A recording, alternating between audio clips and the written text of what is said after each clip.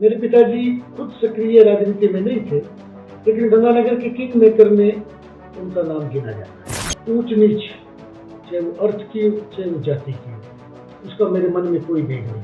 पैसे की आवश्यकता जो उसको नशे की पूर्ति के लिए चाहिए थी, उसको पूरा करने के लिए उसने अपराध का रास्ता चुना। तो नशे के साथ साथ मेरे इलाके में अपराध भी बढ़ते थे।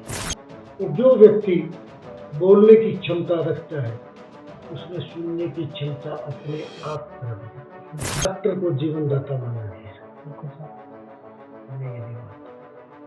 जीवनदाता एक अध्यापक है जो डॉक्टर, इंजीनियर, साइंटिस्ट बनाता है। बात बता सकूं, लेकिन मैं इतना ही कहूँगा, शिक्षा विकास की पहली सीढ़ी।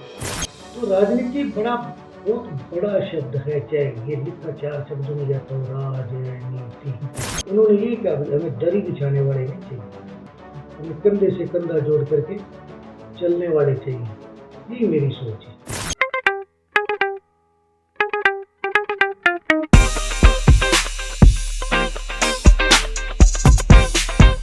नमस्कार, जय हिंद। मेरा नाम है रौनक खासपुरिया। स्वागत आप सभी का खासबुक पॉडकास्ट में। दोस्तों, आज का जो पॉडकास्ट है वो बहुत ही ज़्यादा एपिक है, क्योंकि हमने खासबुक पॉडकास्ट सीरीज के फर्स्ट पॉलिटिशियन के साथ में एक पॉडकास्ट शूट करा है, जिनका नाम है मिस्टर जयदीप बिहानी।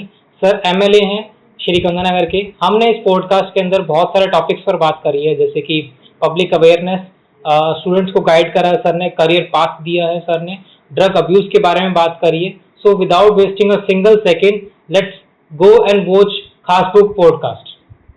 सर, आपकी जीत के बाद में घर में क्या माहौल था, और आपने क्या सोचा था कि मैं एक एमएलए बन गया हूँ इस क्षेत्र का? स्वाभाविक मानिए, कोई भी आदमी कोई भी सफलता अर्जित करता है जी, तो उसके बाद एक खुशी का माहौल सारी चारों तरफ फैल जाता है, और विशेष रूप से घर वालों में, जो परिवारजन है उनमें, और जो अपने स्नेहीजन है उनमें एक विशेष उत्साह होता है। वही उत्साह मेरे को मेरे चारों तरफ देखने के लिए मिला। बिल्कुल सर। सर, मैं पूछना चाहूँगा कि पॉलिटिक्स के अंदर आने के लिए आपकी क्या इंस्पिरेशन रही है सर? मेरा परिवार पॉलिटिक्स में, जहाँ तक मेरी याददाश्त है, 1980 से इन्वॉल्व है। मेरे पिताजी खुद सक्रिय राजनीति में नहीं थे, लेकिन गंगानगर के किंग मेकर में उनका नाम गिना जाता था। वो चाहे स्थानीय राजनीति हो या राज्य स्तरीय राजनीति हो, एसोसिएशन के चुनाव हो या विधायक या सांसद के चुनाव हो, मेरे पिताजी पर्दे के पीछे रह करके राजनीति में काम करते थे। तो वो सारा माहौल जो राजनीति का चारों तरफ था, क्योंकि मैं अपने पिता के ज़्यादा नज़दीक था, मैं अपने पैतृक व्यवसाय से जुड़ा हुआ था। मेरा पैतृक व्यवसाय अनाज का है, तो धान मंडी भी गंगानगर की एक बहुत बड़ी एसोसिएशन है, तो मेरा उससे सीधा लगाव रहा। 2 बार मैं धान मंडी के एसोसिएशन में पदाधिकारी भी रहा, एक बार जॉइंट सेक्रेटरी रहा, एक बार सेक्रेटरी था। इस कारण जो मैंने माहौल अपने चारों तरफ देखा, उसने मेरे को राजनीति में सक्रिय भूमिका निभाने के लिए प्रेरित किया। 1996 में मेरे पिताजी का स्वर्गवास हुआ। उसके बाद 2008 तक मैं भी अपने पिता की तरह पर्दे के पीछे की राजनीति करता था, लेकिन 2008 में मेरे मन में एक लालसा हुई कि लोगों के पीछे लगने की बजाय क्यों न अपने आप को स्थापित किया जाए। मैंने 2008 में टिकट के लिए ट्राई किया, मेरे को टिकट नहीं मिला। उसके बाद मैंने 2018 में टिकट के लिए ट्राई किया, मेरे को टिकट नहीं मिला। उस वक्त मेरा कार्य क्षेत्र कांग्रेस था, लेकिन मेरी रगों में हिंदुत्व या हिंदूवादी विचारधारा उस वक्त भी मेरी रगों में थी। लेकिन 2023 के आते आते, या आप यूं कि समझिए 2019 के बाद, मैं अपने हिंदुत्व से सीधा जुड़ गया और भारतीय जनता पार्टी की विधिवत सदस्यता मैंने ग्रहण कर ली, और 2023 की टिकट में मैंने काफ़ी भागदौड़ की। 2018 में मैंने निर्दलीय चुनाव लड़ा था, जिसमें मेरी परफॉर्मेंस काफ़ी अच्छी रही थी। मेरे को बीजेपी के बराबर वोट मिले थे, लगभग 29,000। तो उसके बाद पार्टियां हमेशा एक ऐसे व्यक्ति का चयन करती है जो जनता में अपनी कुछ साख रखता हो। पार्टी ने मेरे को इस लायक समझा कि मैं गंगानगर से भारतीय जनता पार्टी का झंडा लहरा सकता हूँ। अब तक भारतीय जनता पार्टी का मैं तीसरा विधायक हूँ। तो भारतीय जनता पार्टी ने मेरे पर विश्वास किया, 2023 में मेरे को टिकट दिया और 1952 से लेकर 2023 तक गंगानगर में जितने भी चुनाव हुए मैंने परसेंटेज वाइज और नंबर वाइज 81,001 तक के इतिहास के सबसे ज़्यादा मत प्राप्त किए। ये पार्टी की मेहरबानी थी कि उन्होंने मेरे पे विश्वास किया और मैंने पार्टी के प्रति अपने समर्पण को, पार्टी के विश्वास को मैं उसमें पूर्ण रूप से खरा उतरा। सर, अगर मैं पूछना चाहता हूँ कि आपने इतने सारे वोट से विन करा है, आपकी क्या दूसरों से अलग स्ट्रेटेजी रही है और लोगों को कैसे आपने अपनी तरफ केंद्रित करा कि डेवलपमेंट दिखा के, और क्या क्या स्ट्रेटेजीज रही, थोड़ा सा सर हम बता सकते हैं? 1996 में मेरे पिता के स्वर्गवास के बाद मैं सार्वजनिक जीवन में, सामाजिक जीवन में सक्रिय रूप से आ गया। तो आप जानते हैं जब तक घर के बुजुर्गों की छाया आपके ऊपर रहेगी तो आपको उनके पीछे रह करके काम करना पड़ता है। लेकिन उनके स्वर्गवास के बाद मैं अपने परिवार का मुखिया था। 1951 में मेरे दादाजी ने अपने इलाके की शिक्षा को विकास करने के लिए एक ट्रस्ट की स्थापना की थी। 1996 में उसका अध्यक्ष बन गया था मेरे पिता के स्वर्गवास के बाद। जैसा कि उद्देश्य मेरे दादाजी का था कि मेरे इलाके का कोई भी व्यक्ति पैसे के अभाव में शिक्षा से वंचित ना रहे। मैंने भी उनका अनुसरण किया, उनकी भावनाओं का सम्मान करते हुए। मेरा मुख्य उद्देश्य सामाजिक रूप से आगे बढ़ना था। समाज का कोई भी पीड़ित वर्ग, चाहे वो शिक्षा से पीड़ित हो, अर्थ के अभाव में शिक्षा से वंचित रहो, अपने बच्चे की शादी, कोई बीमारी का इलाज, इन सब कामों में मैं लोगों से प्रत्यक्ष रूप से जुड़ा रहा। हमारी संस्था का भी यही उद्देश्य था कि शिक्षा जितनी बांटोगे उतना युवा पीढ़ी का विकास होगा, और युवा पीढ़ी यदि विकसित होगी तो हमारा राष्ट्र अपने आप विकसित हो जाएगा। बिल्कुल सही। तो मैंने राशि को कभी भी ध्यान में नहीं रखा। मैंने ये ध्यान में रखा कि सामने वाले की जरूरत क्या है। उन्हीं जरूरतों को पूरा करने के लिए मैं प्रत्यक्ष रूप से हर वंचित या जरूरतमंद व्यक्ति से स्वयं जुड़ा रहा। मेरे पास ऐसा कोई सिस्टम नहीं था कि आप मेरे उस कार्यालय में जाइए या वहां जाइए, नहीं।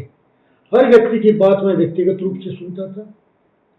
सामाजिक ऊंच नीच, चाहे वो अर्थ की हो चाहे वो जाति की हो, उसका मेरे मन में कोई भेद नहीं था। या आप यूं समझिए कि मेरा संपर्क सामाजिक रूप से, आर्थिक रूप से पिछड़े हुए लोगों के बीच में ज्यादा था, न कि उन लोगों से जिन्होंने समाज को अपने कंधों पर उठा रखा था।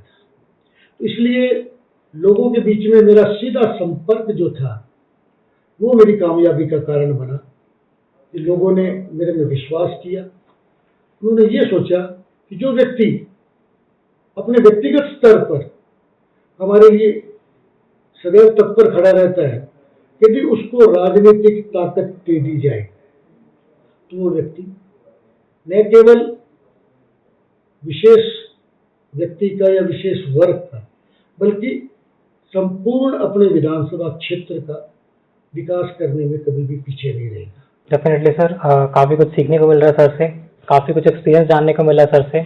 और जो भी स्टूडेंट्स हैं पॉलिटिक्स के अंदर अपना करियर देख रहे हैं, definitely must watch this podcast. Next sir मैं आपसे पूछना चाहूँगा कि आपका जैसे बैकग्राउंड पूरा पॉलिटिक्स से रिलेटेड रहा है, तो घर के अंदर आई एम श्योर कि स्टार्टिंग से ही माहौल आपका पॉलिटिक्स से रिलेटेड रहा है, तो क्या आपका ये बचपन का सपना था कि मैं भी आगे जाके एक पॉलिटिशियन बनूंगा? नहीं, ऐसा कोई सपना नहीं था। लेकिन वर्तमान में गंगानगर की राजनीति जो थी वो थोड़ी छिछलेदार राजनीति हो गई थी। इसने मेरे मन में एक पीड़ा जलाई। ये आम लोगों के बस से तो बाहर होता जा रहा है काम करवाना। इसलिए मेरे मन में ये आया कि क्यों ना मैं अपने इलाके को छिछली राजनीति से दूर करूं।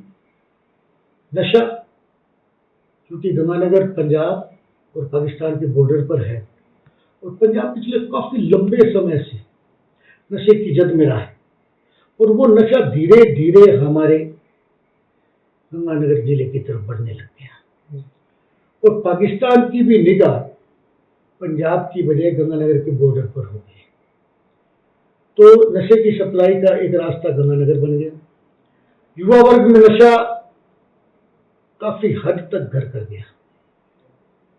युवा नशे से गिर गया और इस नशे की पूर्ति के लिए तो नशा यदि कोई भी व्यक्ति करेगा वो अपने परिवार से छिपकर करेगा। कभी भी कोई भी परिवारजन अपने युवा वर्ग को या अपने किसी भी सदस्य को इस बात के लिए नहीं बोलेगा कि आप नशा करो।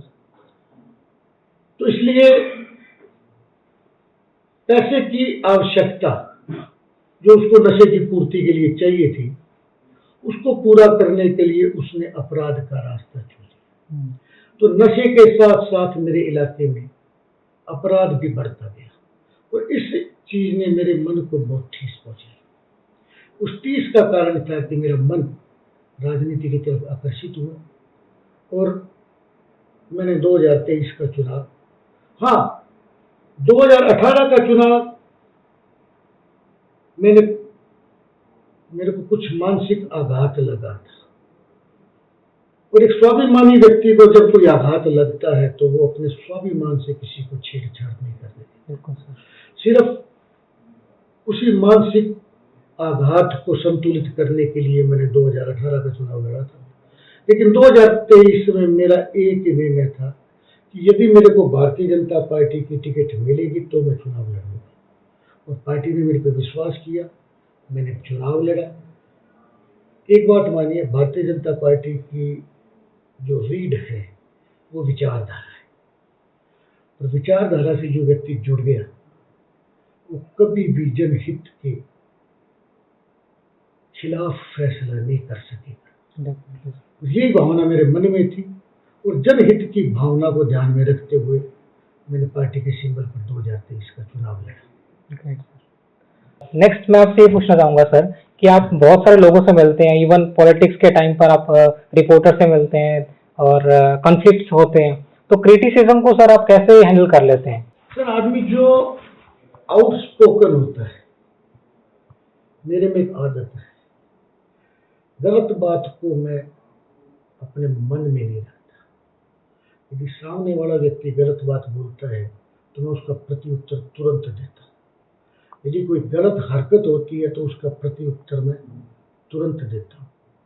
यदि कहीं कोई गलत निर्णय हुआ है तो उसका प्रत्युत्तर मैं तुरंत देता हूँ। आम जनमानस के साथ यदि आधिकारिक स्तर पर भी कोई गलत या दबाव का खेल खेला जाता है तो भी मैं उसका प्रत्युत्तर तुरंत देता हूँ। कुल मिलाकर के मैं बड़ा आउटस्पोकन हूँ, मन में बात नहीं रखता, सामने वाले के मुंह पर बोल देता हूँ। और जो व्यक्ति बोलने की क्षमता रखता है उसमें सुनने की क्षमता अपने आप पनप जाती है। तो इसलिए मैं मेरे क्रिटिसिज्म को भी स्वीकार करता हूँ, लेकिन यदि वो क्रिटिसिज्म स्वस्थ वाणी और स्वस्थ मन से किया जाए। लेकिन यदि कोई मेरी भावनाओं को आहत करने के लिए मन गढ़ंत बातों से मेरा क्रिटिसिज्म करता है तो उसका प्रत्युत्तर भी मैं उसी भाषा में देता हूँ जिस भाषा से मेरा क्रिटिसिज्म किया जाए। आप यूँ समझिए कि मुंह पर जवाब देना ये जयदीप बियानी की पहचान बन गया और इसीलिए लोग मेरे को पसंद ज़्यादा करते हैं कि इसके जो मन में है वो जुबान पर है। तो ये लोगों ने भी पसंद किया, लोगों को भी अच्छा लगता है और अधिकारी भी इस बात से सहमत रहते हैं कि यदि हमने जरा सी भी गलत हरकत की या आम जनहित का कार्य नहीं किया तो ये व्यक्ति, मैं सिर्फ एमएलए बनने की बात नहीं कर रहा, मेरा ये स्वभाव एमएलए बनने से पहले का भी रहा है। मैंने जनता के लिए सदैव आवाज़ उठाई है। पानी का भी यदि मामला था, जो पंजाब से केमिकल युक्त पानी आ रहा था उसको भी मैंने सबसे पहले उठाया। और अब जब गंगानगर के किसान को पानी की सख्त जरूरत थी और पंजाब ने अपनी हठधर्मिता करते हुए हमारा पानी 2500 क्यूसेक से घटा करके 1100 क्यूसेक कर दिया। तो यहाँ इरिगेशन के चीफ भी आए हुए थे, वो एससी साहब के साथ पंजाब दौरे पे गए थे।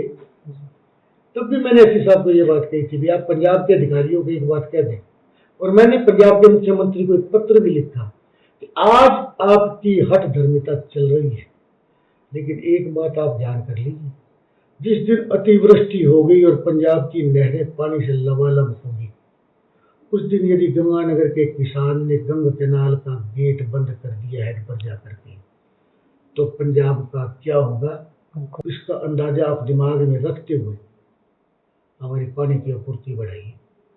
और आप इस बात को इत्तेफाक मानिए कि अगले दिन ही हमारे हिस्से का पानी पूरा आने लग गया। ये मैसेज चाहे मेरे मेल से गया या हमारे चीफ साहब के कहने से गया, लेकिन उनके कान खड़े हो गए। तो इसलिए मेरे लिए ये मायने नहीं रखता कि सामने वाला व्यक्ति कौन है और कितना बड़ा है, लेकिन यदि भावनाओं से खिलवाड़ होगा, आम जनजीवन से खिलवाड़ होगा, तो उसका मैं प्रत्युत्तर देने की क्षमता रखता हूँ। ग्रेट सर, बहुत आप ज़मीन से जुड़े इंसान हैं, लोगों की प्रॉब्लम सुनते हैं और समझते हैं, और जितना और डीपली जानना चाहूँगा मैं आपके साथ में उतना ही कम रहेगा। नेक्स्ट सर, अपने जो टॉपिक है उसको पब्लिक अवेयरनेस की तरफ लेके चलते हैं सर, क्योंकि पॉलिटिक्स की बातें होगी, थोड़ा पब्लिक अवेयरनेस की बात करते हैं। सर, आप जैसे ग्रुप ऑफ इंस्टीट्यूशन के हेड हैं यहाँ पर, बिहानी ग्रुप ऑफ इंस्टीट्यूशन, आपके पास में बहुत सारे इंस्टीट्यूट्स हैं। वैसे ही सर, अगर अपने लोकल गंगानगर की बात करते हैं तो गवर्नमेंट जो स्कूल्स हैं उसकी एजुकेशन को डेवलप करने के लिए आप क्या स्टेप्स ले रहे हैं सर? ये आपने एकदम करंट टॉपिक पर मेरे से सवाल पूछ लिया। कल शिक्षा विभाग का एक सम्मेलन है। अच्छा जी। उसके अंदर मैं जा रहा हूँ जी। और उसमें मेरे को स्पीच भी इन्हीं पॉइंट्स पर देना है कि राजकीय स्तर पर जो विद्यालय चल रहे हैं उनका, चाहे वो भौतिक उत्थान हो यानी कि बिल्डिंग का, जी। चाहे उनके शैक्षणिक स्तर का, इन बातों पर ही मेरे को बोलना है। निश्चिंत मानिए आप, कोई भी व्यक्ति जिसके पास अर्थ की अत्यधिक कमी है वो राजकीय विद्यालय में जाना चाहेगा, और जिसके पास देने के लिए अर्थ है वो अपने अर्थ खर्च करने की क्षमता के अनुसार विद्यालय में जाना चाहेगा। लेकिन शिक्षा एक ऐसी चीज है जिस पर समग्र अधिकार है, हर व्यक्ति का शिक्षा पर अधिकार है। एक बात और आप मान के चलिए, जो सरकारी शिक्षण संस्थान हैं उनके कर्मचारियों का वेतन, चाहे प्राइवेट शिक्षण संस्थान किसी भी स्तर का हो, उनसे निसंदेह ज्यादा ही रहे। जिस काम के लिए सरकार आपको भुगतान दे रही है वो काम आप ईमानदारी से कीजिए। यदि एक अध्यापक, समाज में डॉक्टर को जीवनदाता माना गया है, बिल्कुल सर, मैं ये नहीं मानता। जीवनदाता एक अध्यापक है जो डॉक्टर, इंजीनियर, साइंटिस्ट बनाता है। तो जीवनदाता का पहला अध्याय एक अध्यापक से शुरू होता है। बिल्कुल सर। तो यदि अध्यापक अपनी शिक्षा से धोखा करेगा, वो अपने आप से धोखा नहीं कर रहा, अपने स्टूडेंट से धोखा नहीं कर रहा, वो इस देश के साथ धोखा कर रहा है। आज आप देखिए, जो विकसित राष्ट्र हैं उनमें शिक्षा से कंप्रोमाइज नहीं। 2014 के बाद आदरणीय मोदी जी की जब भारत में सरकार बनी, मोदी जी का भी एक सपना था कि मेरा युवा शिक्षित हो, मेरा युवा देश के निर्माण में अपनी भागीदारी समग्र रूप से दे, पूर्ण रूप से दे। और ये कब संभव होगा? जब निचले स्तर से शिक्षा मजबूत होगी। तो मैं ज्यादा लंबी चौड़ी बात नहीं करता, लेकिन मेरी विधानसभा क्षेत्र के जो स्कूल हैं उनका विजिलेंस मैं खुद करूंगा, उनके रिजल्ट पर वॉचिंग मैं खुद रखूंगा।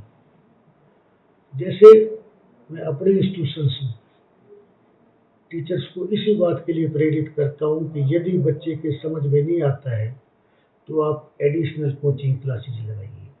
मेरिटोरियस बच्चों को तो हर आदमी एडमिशन करके मेरिट में अपने नाम दिखला सकता है। बिल्कुल सर। आप उन बच्चों का एडमिशन लीजिए जो शिक्षा में कमजोर है। आपकी एबिलिटी कब दिखलाई जाएगी? जब आप एक कमजोर व्यक्ति को उच्च श्रेणी का व्यक्ति बनाएंगे। उसके लिए यदि मेरे स्कूल के टीचर एडिशनल क्लासेस लगा सकते हैं तो प्राइवेट स्कूल के टीचर को लगाने में कहाँ जुड़ा है? तो इसलिए, और एक बात और है, चिकित्सालय और शिक्षा ये दो ऐसी चीज है जिसमें तय करके नहीं जाया जाता। औचक निरीक्षण ही उनका स्तर सुधारेगा। मैं विधायक बना, मैंने चिकित्सालय का औचक निरीक्षण किया और उसमें सबसे पहली मेरे को जो कमजोरी मिली वो थी वॉशरूम की सफाई। चिकित्सालय जो हाइजीनिक पॉइंट ऑफ व्यू से सबसे महत्वपूर्ण स्थान रखता है और वहां के शौचालय यदि गंदगी से भरे होंगे तो फिर सफाई नाम की चीज कहाँ होगी? तो मैंने पहला निरीक्षण वहां किया और मेरा पहला वार जो था वो वही था। तो इसलिए ये औचक निरीक्षण ही बदलाव लाएगा। किसी को आप कह करके काम नहीं करवा सकते, लेकिन औचक निरीक्षण आपकी आंखों का डर पैदा करता है और ये आंखों का डर वाणी के डर से या मसल पावर के डर से ज्यादा खतरनाक होता है। तो इसलिए आप 1 साल बाद जब अगला इंटरव्यू लेने के लिए आएंगे, बिल्कुल सर, तो उससे पहले आप गंगानगर की जो भी चिकित्सा का क्षेत्र है और जो भी शिक्षा का क्षेत्र है सरकारी स्तर पर, उनका आप निरीक्षण करके आएंगे। फिर आपके पास मेरे से करने के लिए और बढ़िया सवाल है। चिकित्सा से जुड़ी हुई आपको एक बहुत बात बता। बिल्कुल सर। हमने एक नवाचार किया। गंगानगर के सरकारी अस्पताल में हमने नशा मुक्ति केंद्र बनाया और उस नशा मुक्ति केंद्र को इतना साफ सुथरा बनाया कि किसी भी व्यक्ति के ऊपर जबरदस्ती नहीं की गई जो नशे से त्रस्त था।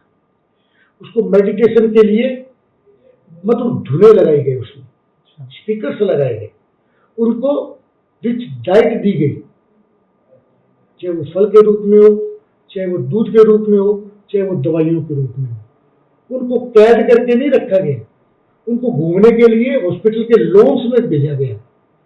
और आज आप अखबार उठा करके देखिए, गंगानगर का नशा मुक्ति केंद्र सारे राजस्थान के लिए एक उदाहरण बन गया और राज्य सरकार ने ये कहा है कि गंगानगर की तर्ज पर सभी संभागीय मुख्यालयों पर ऐसे नशा मुक्ति केंद्र खोले जाए। तो ये हमारे डॉक्टर्स की, सेवादारों की, भारतीय जनता पार्टी के कर्मठ कार्यकर्ताओं की, विधायक की टीम की एक सजीव और सकारात्मक सोच थी जो राजस्थान के लिए उदाहरण बनी।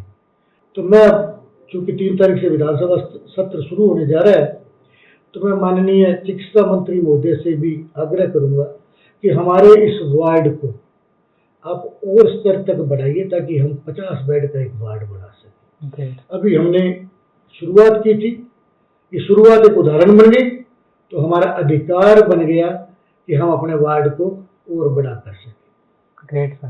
सर आपका जो कॉन्फिडेंस है, आपका जो पब्लिक के लिए इतना डिवोशन है, आई एम श्योर कि जो नेक्स्ट टेन्योर है उसके लिए भी आप जैसे अभी विन करें वैसे नेक्स्ट टेन्योर के लिए विन करेंगे डेफिनेटली सर। सर अभी जैसे बात यूथ की चल रही है, युवाओं की चल रही है, तो आपसे जानना चाहूंगा कि अगर कोई युवा इस फील्ड को अगर करियर बना रहा है, राजनीति को करियर बना रहा है, तो आप उनको कैसे गाइड करेंगे सर? मैं पंजाब के एक बड़े लीडर से मिला था जी। उन्होंने मेरे को एक बात कही, आप कार्यकर्ता नहीं नेता बनाओ। अमूमन राजनीति में कोई भी व्यक्ति जो आगे बढ़ जाता है वो दूसरों को आगे बढ़ाने की नहीं सोचता। नेता एक व्यक्ति तक सीमित हो जाता है और कार्यकर्ता सैकड़ों की संख्या में हो जाता है। निसंदेह किसी भी टीम को आगे बढ़ाने के लिए कार्यकर्ताओं की जरूरत होती है, लेकिन एक सेकंड लाइन, थर्ड लाइन भी तो आपको तैयार करनी पड़ेगी। आजकल नेता ये बात नहीं सोचते, या जो अति लालची लोग हैं वो ये बात नहीं सोचते। लेकिन उनकी बात को मैंने अपने दिल में घर किया। यदि नेता आपके पीछे तैयार होंगे तो आपकी विरासत का हस्तांतरण होगा। आप राजनीति में अपनी सोच को स्वस्थ रखिए, चाहे वो कॉलेज की राजनीति हो, यूनिवर्सिटी की राजनीति हो, ग्राम पंचायत की राजनीति हो, पार्षद की राजनीति हो, मेयर की राजनीति हो या विधायक सांसद की राजनीति हो। यदि आपकी सोच सकारात्मक है तो आपको आगे बढ़ने से कोई नहीं रोक सकेगा। और मेरी युवा वर्ग को एक ही सोच है, अपने आप में लीडरशिप के गुण पैदा कीजिए। यदि लीडर होंगे तो हमारे क्षेत्र का विकास होगा। यदि उन्होंने यही कहा, हमें दरी बिछाने वाले नहीं चाहिए, हमें कंधे से कंधा जोड़ करके चलने वाले चाहिए। यही मेरी सोच है। यदि लोग कंधे से कंधा जोड़ करके चलेंगे तो राजनीति में महत्वाकांक्षा कभी खत्म ही नहीं होती। चाहे आप 90 साल के हो जाए तो भी आपकी महत्वाकांक्षा कभी खत्म नहीं होगी। लेकिन नहीं, आप एक निश्चित समय तक, जब आपका शरीर और आपकी मानसिकता ये दोनों स्वस्थ है, तब तक राजनीति कीजिए। उसके बाद राजनीतिक विरासत जो आपके साथ साथ तैयार हो रही है, उसमें उचित निर्णय देख करके आप उनको ये विरासत हस्तांतरित कर दीजिए। और अब जब आपको लगता है कि ये मेरा अंतिम टेन्योर है, उस टेन्योर के आधे रास्ते में उसको तैयार करना शुरू कर दीजिए। मेरी युवा पीढ़ी को यही मेरी व्यक्तिगत सोच जो मैं उनको हस्तांतरित करना चाहूँगा वो ये है कि आप अपने आप में लीडरशिप के गुण पैदा कीजिए। चिल्लाने से कुछ नहीं होगा। जनता के बीच में जाइए, जनता की बातें सुनिए, उनकी रिप्रेजेंटेशन को आप सामने, चाहे वो प्रशासन हो या शासन हो, मजबूत तरीके से रखिए। बस ये आपके विकास की एक नई कथा है। सर, एक मिसकंसेप्शन है बहुत ज़्यादा कि हम मूवीज़ के अंदर देखते हैं, फिर सीरियल्स के अंदर देखते हैं पॉलिटिक्स के रिगार्डिंग कि सर बहुत, मतलब एक वर्ड मैं यूज़ करूँगा, माइंड मत करिएगा, बोलते हैं कि पॉलिटिक्स एक दलदल है, मत जाइए इसके अंदर, कोई स्कोप नहीं है, आपका जो व्यक्तित्व है वो खराब हो जाएगा। तो ये चीज़ को आप कैसे काउंटर अटैक करेंगे सर? आप काउंटर अटैक का उदाहरण तो मैं खुद हूँ ना। देखिए, हर चीज कमल कहाँ खिलता है? बिल्कुल सही बात है सर, कमल दलदल में ही खिलता है। तो फिर आप एक बात बताइए, इस राजनीति के दलदल में भारतीय जनता पार्टी का कमल खिला कि नहीं खिला? बिल्कुल सही बात है। 2014 से निरंतर तीसरी बार मोदी जी प्रधानमंत्री बने कि नहीं बने? बिल्कुल। देश आत्मनिर्भरता की तरफ बढ़ा कि नहीं बढ़ा? बिल्कुल सही है। मोदी जी 2047 बोल रहे हैं, लेकिन जिस हिसाब से, जिस सोच के साथ मोदी जी के नेतृत्व में भारतीय जनता पार्टी के मंत्रीगण, उसके कार्यकर्तागण काम कर रहे हैं, उस समय दूर नहीं कि हम 10 साल पहले अमेरिका से बड़ी ताकत बन जाएंगे 2037 में। तो राजनीति दलदल नहीं। जो लोग संकीर्ण मानसिकता के हैं या जिनकी सोच केवल मात्र अर्थ से जुड़ी है, वो लोग दूसरों को इससे वंचित रखने के लिए भाषण देते हैं। अपने आप को कभी किसी ने पीछे हटाया? कोई नहीं हटाया। तो इसलिए देखिए, राजनीति कहाँ नहीं है, हर क्षेत्र में राजनीति है। क्या सिर्फ शासन करना ही राजनीति है? हम दो व्यक्ति आपस में बात कर रहे हैं और किसी बात को यदि घुमाना है या अपनी बात को ऊपर रखना है तो वो कलाकारी भी तो राजनीति है। तो इसलिए ट्रैफिक में आप फंस गए, उस ट्रैफिक से निकलने का आपने रास्ता ढूंढ लिया कहीं, तो वो भी तो एक राजनीति है। तो राजनीति बहुत बड़ा शब्द है, चाहे ये लिखा 4 शब्दों में जाता हो, राजनीति, लेकिन ये राज प्लस नीति नहीं है, राज करने की नीति नहीं है। ये राजनीति सेवा नीति है। यदि आप सेवा करेंगे तो ये बिल्कुल दलदल नहीं है। यदि आप मानसिकता कुछ और लेकर के चलेंगे तो लोग आप अपने आप आपको दलदल में धंसा देंगे। क्यों? जनहित के काम आप करेंगे नहीं, और जनहित के काम नहीं करेंगे तब जनता वो पहले वाली नहीं रही। Exactly sir. जो व्यक्ति विशेष के पीछे भागती थी या सिंबल विशेष के पीछे भागती थी, अब जनता खुद जागरूक हो गई है, बिल्कुल सर। वो विकास देखती है। इसलिए राजनीति को गलत परिभाषित करना एक गलत सोच है। Definitely sir. नेक्स्ट मैं सर से ये पूछना चाहूंगा कि 5 ईयर का सर टेन्योर रहता है सर, 5 ईयर के टेन्योर के बाद में क्या मतलब रहता है कि हम अपने करियर को किस तरह से हम लेके चलें? नहीं, 5 ईयर का टेन्योर है जी। यदि उसके बाद जनता आपको सकारात्मक रूप से लेती है तो मौका फिर से मिल जाएगा। इसके लिए बात वही है, आप रीट का, नीट का, यूपीएससी का, आरपीएससी का जो भी पेपर देते हैं उसमें यदि आपकी परफॉर्मेंस अच्छी रहती है, आपका इंटरव्यू बढ़िया रहता है, आपके रिजल्ट के हिसाब से पदस्थापना मिलती है।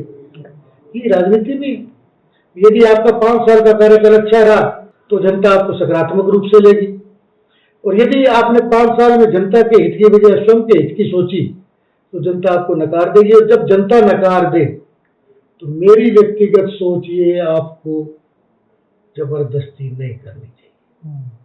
राजनीति लाइफ सेविंग नहीं है कि वेंटिलेटर पे चल जाएगी। राजनीति पब्लिक ओपिनियन के साथ जुड़ी हुई है, और जब जनमानस आपको अस्वीकार कर दे, एक बार जनमानस अगर आपको अस्वीकार कर दे, हो सकता है उस वक्त सामने वाले प्रतिद्वंदी को उन्होंने आपसे श्रेष्ठ समझा, लेकिन एक बार अस्वीकार करने के बाद अगली बार तक के लिए आपको एक बार फिर प्रयास करना चाहिए। आपको आत्ममंथन करना चाहिए कि मेरे में क्या कमी थी जो जनता ने मेरे को अस्वीकार कर दिया, और यदि वो कमी आप दूर कर लेंगे तो जनता फिर आपको स्वीकार कर लेगी।